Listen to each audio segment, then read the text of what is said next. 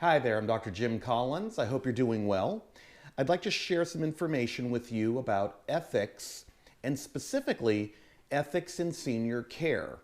This is a topic I spend a lot of time reading about, writing about, and presenting.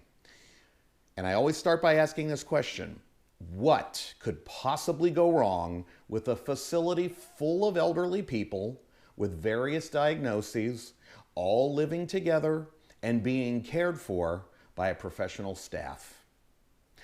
A lot can go wrong, right? We all know that.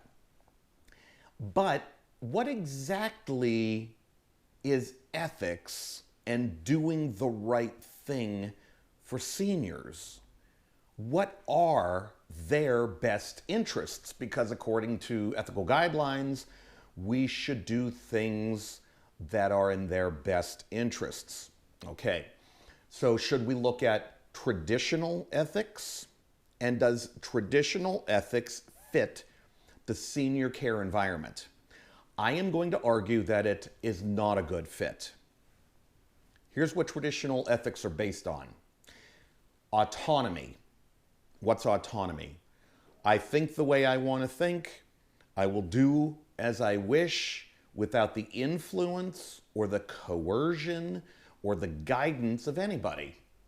So are we truly autonomous? In reality, I think it's on a spectrum, to be honest with you. Traditional ethics are also based on competence. And we're not really working with completely competent individuals in senior care. What about self-determination? Is that a reality in senior care? There are shades of it. But in general, those aren't necessarily the pillars of ethics that we should be relying on in senior care, in my opinion. Because you start to take things like dementia, Alzheimer's disease, other cognitive, neurocognitive disorders, and does traditional ethics really fit that clinical picture? What do seniors really care about anyway? What do they worry about? What do they look forward to? What are their best interests? I think seniors want to live a good quality of life. They want their privacy. It's their home. They want to make phone calls. They want visits anytime they want them from family and friends and others. They want to have fun and enjoyable times. They want great activities. They want to sustain their lifestyle somewhat, somehow. And if they're like me, they really want good food, really good food. So there's a new ethics. Let me talk about this a little bit. This is where a different way of looking at ethics in senior care comes into play. It's not based on autonomy. Autonomy and competence, self-determination, those are not extremely important.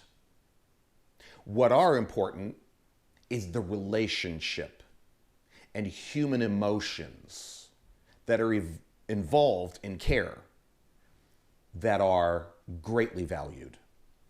This new way of thinking has a name. It's not traditional ethics. It's not medical ethics. It's called relational ethics. So if you've never heard of it, you could look it up.